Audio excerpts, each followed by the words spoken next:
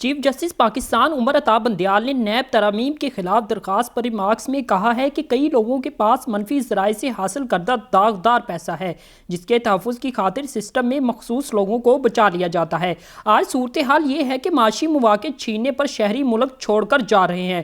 Chairman Tehreek Insaf کی NAB ترامیم کے خلاف درخواست پر سماعت کے دوران چیف جسٹس نے ریمارکس میں کہا کہ صدارتی معافی کی طرح نیب سے معافیاں دی جا رہی ہیں۔ بدنیت لوگوں کے ہاتھ میں اتھارٹی دی جاتی رہی۔ ملک میں کئی لوگوں کے پاس منشیات اور دیگر منفی ذرائع سے حاصل کردہ داغدار پیسہ ہے جس کی تحفظ کی خاطر سسٹم میں مخصوص لوگوں کو بچا لیا جاتا ہے۔ انہوں نے کہا کہ ریاست کی ذمہ داری ہے منصفانہ فیئر معاشرہ قائم کرے۔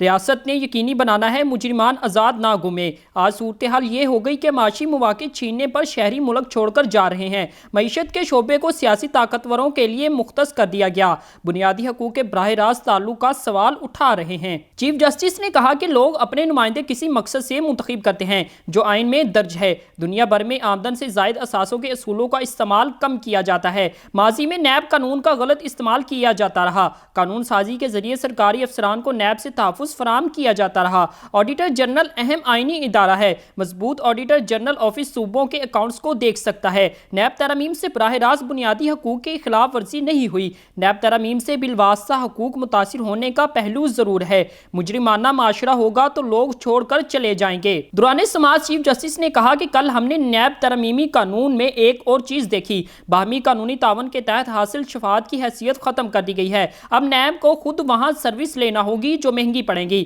آپ نے کل کہا تھا کہ باہمی قانونی تعاون کے علاوہ بھی بیرون ملک سے جائیدادوں کی رپورٹ آئی ہے۔ ذریعے سے حاصل شفاعت قابل قبول ہی نہیں ہے۔ چیف جسٹس پاکستان نے کہا کہ ایف بی آر کے بیرون ملک سے حاصل کردہ ریکارڈ عدالت میں قابل قبول شفاعت کے طور پر نہیں پیش کیے جا سکتے۔ کیا آئین پاکستان میں شکایت کنندہ کے حقوق درج ہیں؟